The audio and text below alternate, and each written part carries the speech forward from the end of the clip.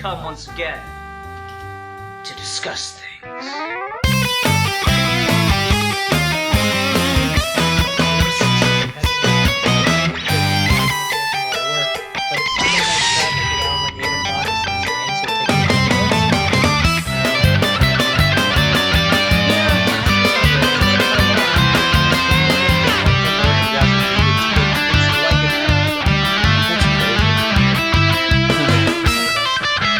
Sorry, bro. Sorry.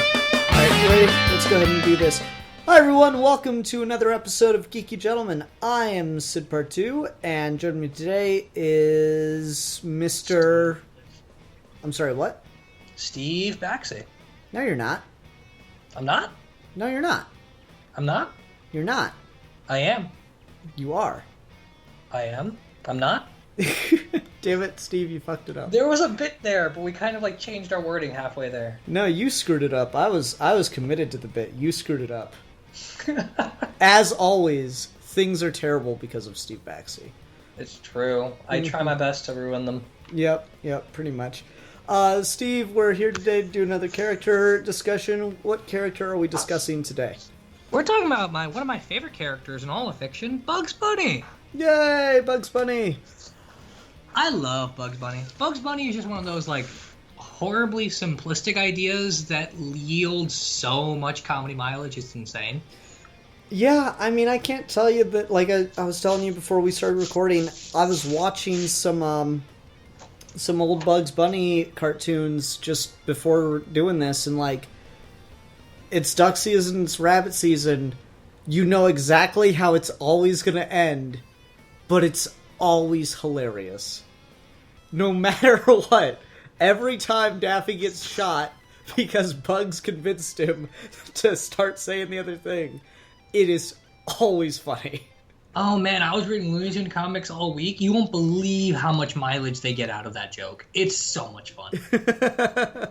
The Looney Tunes comics are fantastic because they mix up settings and stuff. So you have Foghorn Leghorn and Bugs Bunny doing the rabbit season bit. Really? And that's ridiculously entertaining. Sylvester and cat season, that's entertaining. Yeah, we had just recently in the comics we had Batman Elmer Fudd, and we had Bat season, and that was friggin' hysterical. The greatest thing ever. Robin season. Right? And so, Bugs Bunny is one of these things. He is so inherently timeless and hysterical. And, when you said we're going to do a character discussion about Bugs Bunny, I'm like, besides discussing the rules of Bugs Bunny and our love for Bugs Bunny, I'm not sure how much of a character there is to Bugs Bunny. Well, okay. So here's my thing. Bugs Bunny and Mickey Mouse are often put on the same pedestal. I'm going to say, while Mickey Mouse is the bigger, visual symbol, Bugs Bunny will always be a more consistent and more important character, especially when it comes to animation. Mm-hmm. Part of it is you can reinvent Mickey Mouse to be anything. You can't do that with Bugs Bunny. Bugs has a personality. He's always had a personality. You can't deviate.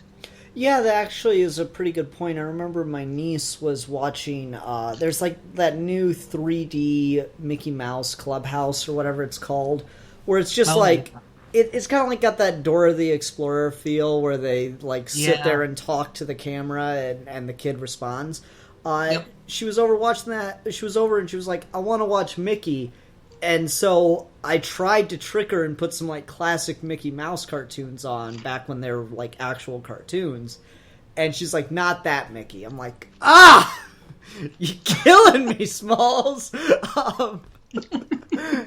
Because, that stuff's really hard to watch, but Mickey adapts to it fairly well, whereas Bugs is pretty consistent, even when they're doing kind of, very different things in the 7-minute bit cartoons with him, even though those are quite timeless. I watched an episode of Wabbit as well.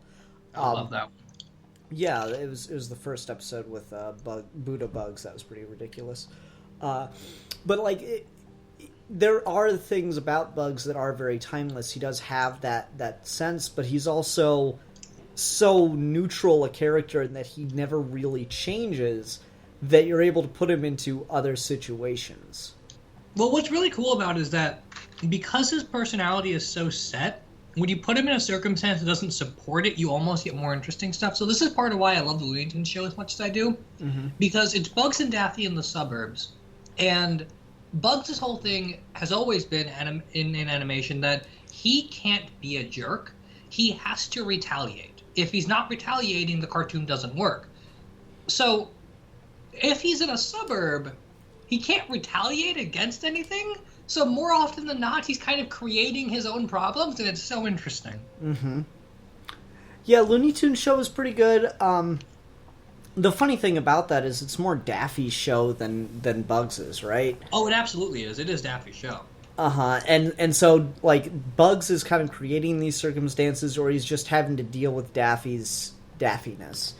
And that is an interesting dynamic to put them in, because, like, the classics were, you know, Daffy posts a bunch... It's actually duck season, but Daffy posts a bunch of signs, say rabbit season, and leads Elmer straight to Bugs' hole. So it's like, it's the same thing where Daffy is creating a problem that Bugs has to deal with in the Looney Tunes show. It's just much more high-concept parody of sitcom kind of thing.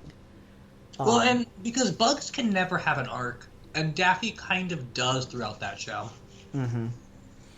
Definitely. I guess, for me, the thing about Bugs Bunny that I find just always so interesting and so much fun is it's kind of like that witty villain. I guess, you know, if we ever do, it's weird, the Wonder Woman Tasmanian Devil comic did this, and they put Wile E. Coyote as Odysseus, whereas honestly, I feel like if we're gonna do Looney Tunes do the Odyssey, Bugs would be Odysseus.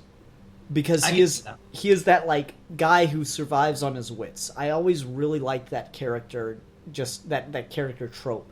And so, you know, the Cyclops asks who Odysseus is. Odysseus says, nobody. And then this is maybe even too violent for even classic Looney Tunes, but Odysseus stabs the Cyclops' eye, and when they ask him who did this, he's like, nobody did this. And I don't know, that's a very Bugs Bunny kind of thing to do. You'd have to ham it up a little bit, but still. I mean, I could see that happening. Looney Tunes is weird. We're like, I see what you mean with putting Bugs there, but I feel like every character is so easily rendered as a main character that you could even, like, you don't really need certain sets of rules and responses like Bugs to make a cartoon work. I always thought the Warner Brothers cartoons were way better than the Disney ones. Like, I always thought Bugs and his supporting cast were way more interesting than anything Disney ever did. Not that they're bad. It's just Goofy, Donald, they're not interesting. It's that a lot of their stuff, like Goofy talked, but it was more like okay, Mickey, I'll do it. Like this kind of like rambly thing. Donald, you can never understand a word from. Mickey was the only one. Mickey and Minnie, I feel like, were the only ones that consistently talked and were actually understandable.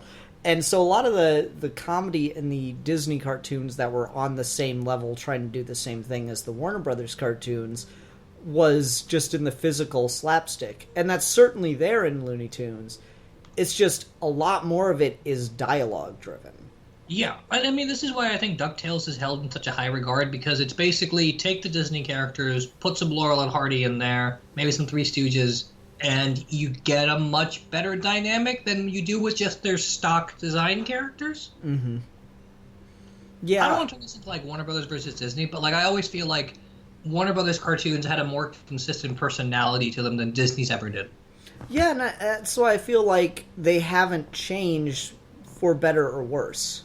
You know, they've tried experimenting with them a little bit here and there, and it rarely, if ever, works. And that's kind of why some characters have just straight dropped off the map, because just in modern times, sensibilities are a little too sensitive for these things. Like, I don't think we'll ever see a Pepe Le Pew comic again. or Probably cartoon not. again. That dude's a fucking rapist, as Dave Chappelle liked to point out. Yeah, it's just like there's obviously it's tongue in cheek. It's supposed to be about like this guy who can't take a hint kind of thing, and isn't it kind of funny to watch like this chick try to get away from him and get into complete ridiculous situations? There's still some humor to it, but like the real world understanding of what that kind of relationship is has evolved. So it's like you can't really do much with Pepe Le Pew now. Like his bit has just transitioned too far. Certain things with Bugs' bit has as well. Like we The blackface is pretty famous for specifically Bugs, but other characters did it too. Yeah, that one for Bugs I kind of give it a pass because it was more a reference to Al Jolson, but still. Yeah. But no, I mean, Bugs Bunny is always the one that's brought up when we bring this sort of racism in cartoons thing up. Mm-hmm, certainly. Partly because the animation was the best in that one. Yeah. It's just a whole mess of things where you gotta, like, at some point go, okay, this was made by guys in the 30s, 40s, and 50s, and they were all white guys. They were gonna write what was funny to them. Obviously, they don't have the most modern of sensibilities. But it doesn't negate the fact that there is some timeless humor in a lot of those things. Oh, no, I absolutely agree. I mean, so, again, with Disney and Warner Bros., I'm sorry I keep going to this, but, like, Disney made a lot of the horrible propaganda pieces back in the 30s and 40s that everyone universally agrees now were kind of awful. There was a really famous one that my friend actually did a report on for one of his classes that was basically a Disney animated cartoon saying the Nazis are too emotional and the United States needs to be way more logical and curb their passions in order to defeat the Nazis. And it was the most ridiculous sexist thing I've ever seen.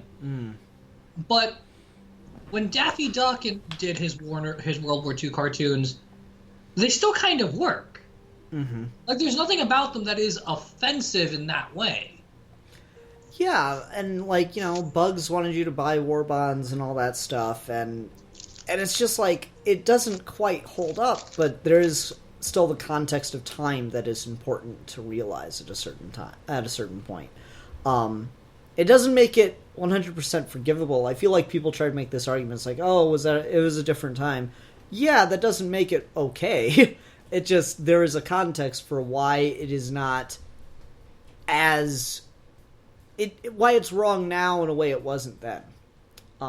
If that makes sense. Well, nuance, right? Like, the thing with humor is, the reason racist humor, sexist humor is a problem is that it creates a context in which these negativities are allowed to be acceptable and understood. Mm-hmm. And that's a problem. However, if you can figure out the context under which these things are being crafted, you can make more arguments for than you can against. But, like, okay, sure, we have offensive cartoons with Bugs Bunny from the 40s and 50s, but given the cultural zeitgeist at the time, it's more understandable in a way it isn't when he did the later cartoons in the 70s, 80s, and 90s. Mm-hmm. Like, it's not like those cartoons are cultivating a context. They're products of a context, whereas if you did those jokes now, you're contributing to the context. Exactly. And this kind of takes it into an interesting argument that I've heard thrown around. And I'd want to get your take on it, because this is something that, like, people still kind of fight about. Like, even the Looney Tunes movie kind of made fun of it. Looney Tunes Back in Action, let me say. Crack did a great video, and it's always hard to tell exactly what take Crack is trying to make, if it's, like, a satirical take, or if it's, like, they're legitimately making this argument, but... I do find this something that I dwell on when I think about Bugs Bunny, which is more often than one might consider. So Cracked made the argument that Bugs Bunny is a trans icon. I could see that. Yeah, like, you know, Bugs was the one, like, all the characters at some point did, like, a cross-dress gag. All of them did it to one point or another. Bugs did it consistently the most. And also, even when it wasn't, like, a gag, Bugs was just doing things that, like, at the time were considered, you know, women's work. Well, Bugs is feminine, right? Like, there's a thing with Bugs where yeah, he's the New York accent, wise guy, sarcastic character, but like his tastes, the stuff he does, he was very feminine in a lot of ways. And it was interesting to like the cross dressing was at times, more often than not, a way to make fun of the male character he was interacting with. But sometimes he just kind of did it.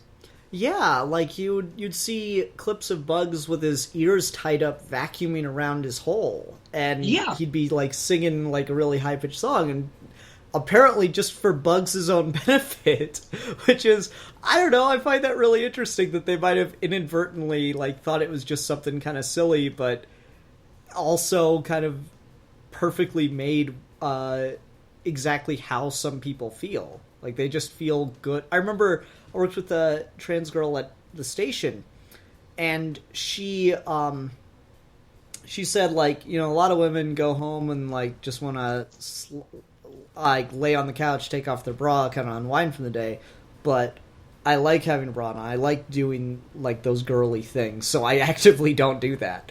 And so just, like, it kind of... I think it kind of works in that way, where it's just they might have been tapping into something they weren't even aware of themselves. Well, like, you could use Bugs to make a very modern argument, which is gender is a performance. Mm-hmm. So when you look at all of these cartoon characters, and you have this really consistent problem of, like, they just got out of the shower. What are they covering? There are no genitals. It's weird. But, like, you put it into the context of Bugs Bunny, and it kind of works where, like, yeah, because the genitals aren't the thing that defines the gender that they're going for. The way they act and how they bounce between the spectrum of masculinity and femininity is a dictation of their personality, not of some label we put on them. Mm-hmm. So, like, Bugs is a guy, sure, but, like, it's really hard to make that argument as to what that means, and that's kind of enlightening. It is funny, and, like, again, I don't think that it was intentional whatsoever. I think that's important. There's no way it's intentional. It's just, historically now, it's really funny. Yeah, I think what it is like, there are probably some guys on the staff who, like, either thought it was funny or just had thoughts like that and found a way to make it kind of humorous as, like, a background gag before the things started up. I don't know much about, like, Mel Blanc as a person, aside from that really famous, Coma analog, but like I'm sure on some level or another there's probably, again, not on purpose, but probably some thought going into like why it's okay to make Bugs do this, because the animation at that point was like really intent driven. Every scene had to be funny in some way because it cost so much money to do it. So I'm sure they were thinking about it on some way, just not in our more modern gendered way. Yeah, exactly. So okay, that's an interesting thing. Let's talk about some more just general kind of silly things now that we've delved into the realm of gender politics, and I'm sure the comments section on this video is going to be amazing because of that. Well, fuck them. If you haven't read Judith Butler and you're trying to argue with me that gender isn't a performance, then go do your fucking homework and then get... But, so, I just wanted to ask you this. Do you have a favorite Bugs Bunny cartoon? Like a singular favorite cartoon? Yeah, like the one Bugs Bunny cartoon you will always go back to, and like it's your most quintessential image of him. Probably the one where they did the return gag with the, like, because I love both of these. I love the one where Daffy is having his life drawn by Bugs, and then on the last page, it's in the last moment, it's revealed that it's Bugs, and then they went back and did the reverse of that, where at the last moment it was Daffy manipulating Bugs' life, because it was such a formula break for Bugs, and I really enjoyed that. Formula breaks for Bugs are usually some of the best. Yeah. Like, all of the characters had, like, a set of rules, and it was really fun to see them go, no, see, we can break them. We can break them as long as we know what we're doing with them. Like, that one was really good. I guess my favorite Bugs Bunny bit, though, like, it's not in that episode, but, like, I love it to death, is duck season, rabbit season, because I guess it just kind of works in this like for me on this level of just being someone who's in philosophy and like trying to, you sit there and you break down arguments and try to understand every single little facet of an argument until you don't even know who you are anymore. And so just like it kind of perfectly embodies that in a way where it's just like you spend so much time on the argument and getting passionate about the argument that you forget what you're arguing about. And so if someone like, I honestly want to see that bit with like Plato and Socrates or some shit. Oh, you're right. No, that's a classic bit, right? Like there's no one on this planet at this point that doesn't get the whole like Bugs Bunny, duck season, rabbit season, duck season, rabbit season, duck season, rabbit season, rabbit season, no duck season, and then Daffy gets shot. Like everyone knows it. It's perfect. But you can't replicate it at the beginning of the episode, Steve. God damn it. I couldn't. I apologize. Johnny Bravo had a bit where like they did that, and then the little neighbor girl's like, "Ha! I just Bugs Bunny'd you." Like that's a verb in animation context. I mean, it does make sense, right? How about you? What's your favorite Bugs cartoon? Oh, so okay, I'm always back and forth between What's Opera Doc, which fun story in the '90s. 1,000 animators got together and had to decide their favorite cartoons for the last 100 years, and all of them agreed that What's Opera Doc was the best cartoon ever made in 100 years. Wow. So, like, that's considered definitively the best cartoon of all time. I don't think it maybe is, but, like, I love it. It's my favorite Bugs Bunny cartoon, with the exception of the other one, which is The Barber of Seville, where it's him and Elmer Fudd, and they run into like a stage production, and there's that whole bit where like he's massaging his head and like puts fruit and stuff on his head and everything. Mm-hmm. Yeah, I love that one. That one's really famous too. Yeah, they're really iconic. Well, because Bugs played with like jazzy music and like more theater style settings so much, and it's amazing how much they worked in animation. Mm-hmm. Yeah. Like, if you confine animated characters to very small settings like a boxing ring or a baseball stadium or, like, literally a stage, it seems like it's limiting because they're not people, but Bugs always kind of managed to make it work. And I think that so much of that just goes to, again, so much of it was dialogue-driven. I don't think Goofy could manage the same thing. No, it's not. And they kind of tried it, right? Because they used to have that, what was it called, the House of Mouse, where like all of the classic Disney characters hosted like this nightclub where they just got together and watched cartoons. And like that was all right, but like it felt really disjointed between like the movie Disney cameos and like the stage setting thing. Like it wasn't as natural as just Bugs is in a Broadway play now. Run with it. Yep. Pretty much, and that's just what works so well about him, is he is so damn versatile. Because he's so damn versatile because he's so fundamentally basic, I think. There's, again, I said it at the beginning, there's not a ton of character to Bugs, but there are very strict character traits that almost work for any situation.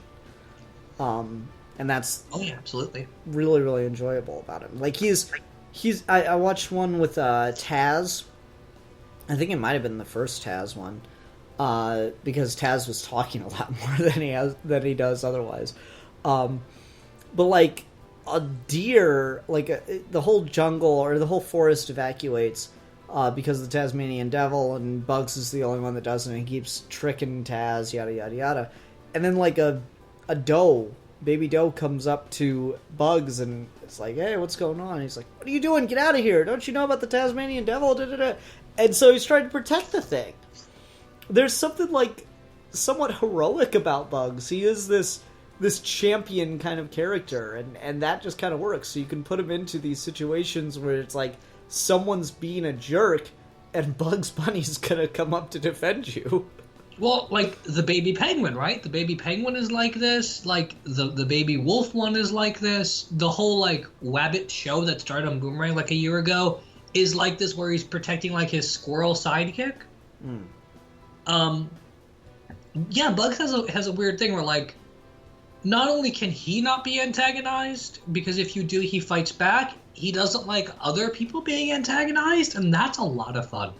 Yeah, Bugs is just the ultimate I don't like bullies kind of character, and that's really, really fun to see. And that's why, I love when we do stuff that crosses over with DC Comics and Looney Tunes, where we always parallel Bugs and Superman.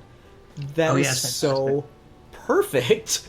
The entire last episode of Looney Tunes show is just Superman 1 and 2, the movie, with Bugs Bunny. Yep. Pretty much. And it's hella enjoyable. I really do enjoy that about Bugs. He is just so much fun to see in that way. And you know, there's just so much joy in that he wins with his wits. His wits are completely impossible compared to real world standards, but it's still so much fun that he always triumphs with his mind. He knows the rules of his universe. Like, it's really fascinating to see where, like, Daffy gets frustrated at every turn, and Sylvester does as well. Like, Tweety's maybe the only comparable Looney Tunes character where, like, they're always kind of in control and they understand the context they live in. Yeah. I'd say Daffy, Tweety, and then if we hop universes, Jerry would be the characters that, like, get it, and they are the ones that can... Oh, Roadrunner. Yeah, and Roadrunner. Yeah, Roadrunner gets it too. Roadrunner doesn't talk, but beside that. Roadrunner gets it, though. Yeah. Well, Roadrunner will, yeah, because Roadrunner will literally stand on the edge of a cliff that is physically supposed to fall, and then still have a smug-ass look on his face, knowing the mountain will fall for the sake of a punchline. Yep, pretty much, man. Roadrunner is such a dick. I love the Roadrunner. He is a dick. Unlike Bugs, he will actively be a dick. I love it. That does make it really fun. But yeah, Bugs does kind of stand out from those others. Like, Tweety, from what I remember, does have occasions where, like, he starts shit with Sylvester. Well, he sometimes he ends a cartoon saying the Bugs line where he's like, "Ain't I a stinker?" Uh-huh. So, like, yeah, he will either occasionally start shit with Sylvester or, like, go further than Sylvester just to bug him. Mm-hmm. Yeah, and so Bugs is the only one where, like, I'm sure if you look hard enough, you can find points at which Bugs was the antagonist, but there are far and few between. I'm sorry, what? There are, like, shitty Bugs cartoons where they do that. Yeah, and, like, that just shows that they don't get the character, which is disappointing. What else can we talk about? Favorite rival for Bugs Bunny. So Elmer Fudd's the easy one, and so is Daffy. I always love Bugs going against Yosemite Sam. Okay. Yeah, there's something really intrinsic about, like, the whole Yosemite Sam is like this aggressive, gun-toting, angry little jerk, and Bugs always shows up, and he always does, like, the more classic Western type character where, like, he's really cool and relaxed, like, he beats him at cards and shit like that. Like, Bugs' personality is so perfectly fit to make Yosemite Sam more angry that I think that always works well together. Yeah, that is always really fun with Yosemite Sam just blows his top every 2 seconds. It's hilarious. Yep. You rascal varmint here. Did you read the Jonah Hex Yosemite Sam crossover by chance? That was my second favorite of the Looney Tunes crossovers. No, I thought that one was weird. We'll have to talk about it a bit after we're done recording. Okay. Anyway, for me, I think my favorite antagonist for Bugs, not counting Elmer and Daffy since they're just kind of obvious, is Marvin. I love Marvin the Martian. He is hilarious. Just with those are so good. With his little, like, stuck-up voice and how nothing goes the way he wants it. Q32 is space modulator. Yeah, Illudium's Q36 space modulator. Like, I just love him. He's, like, so stuck up and nothing ever goes the way he wants. And it's just really, really frustrating. You're making me very angry indeed. And so it's just funny to see Bugs, like, mess up his little plans. Well, yeah, because when you do Daffy and Marvin, Daffy always screws up and everything still sort of falls apart for Marvin. When Bugs does it, it's a very active teasing, and that's always fun. Mm-hmm. Yeah, I really love that about it. Okay, I think... Also, Gossamer. I love those couple cartoons where, like, he's stuck in that weird haunted mansion being chased by Gossamer. I mean, it's interesting to see the pairings that they tried a couple times, and it's not that they didn't work, it's just they didn't go back to them. Like, yeah, Gossamer is one that they did a handful of times, Wile E. Coyote. I think maybe only 3 or 4 at most. Like, he wasn't very popular, and then the Looney Tunes show made him, like, Daffy's sidekick. Mm-hmm. Which I think worked better, but they also changed that character a lot, so... Yeah, but, like, there were those crossovers, it's like, it's just, they didn't do anything with... Or they quit doing them, like... Do you remember the Wile E. Coyote Bugs crossovers? I don't like those. I think they're interesting, it's just they change Wile so much by just making him talk. Like, I don't like Wile's whole super genius thing. I love that. I honestly, I love the hell out of that. I feel like it'd be better with someone else who isn't Bugs. Maybe. I don't know. Something about, like, it was weird to make Wile talk and everything, but at the same time, if I was ever going to imagine a voice for Wile E. Coyote, that would be it. That's fair. He never crossed over with Foghorn Leghorn, did he? No, I don't think so, but you're right. Maybe that could have worked a little bit better. But they did it at, like, 4 or 5 times and just never really caught on with people, but I don't know. That was a fun one. Do you remember these? There used to be these Looney Tunes movies that weren't really movies. They were just like 6 or 7 cartoons strung together with new animation in between to make it look like a movie. Yeah, yeah. So they did that with Bugs. There's literally one called Bugs, the Bugs and Roadrunner movie. Mm-hmm. And there's a little bits of new animation with Bugs and Roadrunner hanging out. And that seems uninspired and weird. Because what are they going to do to each other? Yeah, it's just like they're too similar in a lot of ways. They don't have much of a dynamic to bounce up back and forth, especially since Roadrunner doesn't talk. Well, and Bugs isn't going to eat Roadrunner, and Roadrunner isn't going to defend himself from Bugs eating him, so, like, there's no reason for Bugs to be antagonized, there's no reason for Roadrunner to be antagonized, like, it's a weird mix, I don't get it. What's the joke? Yeah, I agree. Looney Tunes been around for getting close to 100 years now. 80? 85, it's maybe? Been at least 80, 85 years at this point. Yeah, so it's one of those things where it's like, they're gonna make some missteps every so often. They definitely have. Oh yeah, I mean they've definitely made that whole period of like that weird new animation series of cartoons. So most of them are pretty bad. Mm-hmm. Yeah. All right, just real briefly. Favorite Bugs Bunny design? The Chuck Jones one. Yeah, same. It's hard not to say that. Yeah, I mean, it's weird. We did a episode a while back on the evolution of animation, and it's really hard to find, like, an image that kind of captured that until I found someone did the like, evolution pose of ape to man, but with different Bugs Bunny designs. Oh, that's cool. Over the years, and that ended up being the thumbnail for that video, so it's like, I don't like the early Bugs stuff. Like, the bushy tail, it's weird. Well, like, maybe just more broadly, like, what is an American cartoon design where Chuck Jones didn't make the best one? True. You know, it's a weird thing where, like, most cartoons looked kind of and then Chuck Jones showed up and fixed all of them. Literally all of them. Yeah, and I feel like, a Looney Tunes show, once we got Bugs' design with Chuck Jones, it hasn't changed much since.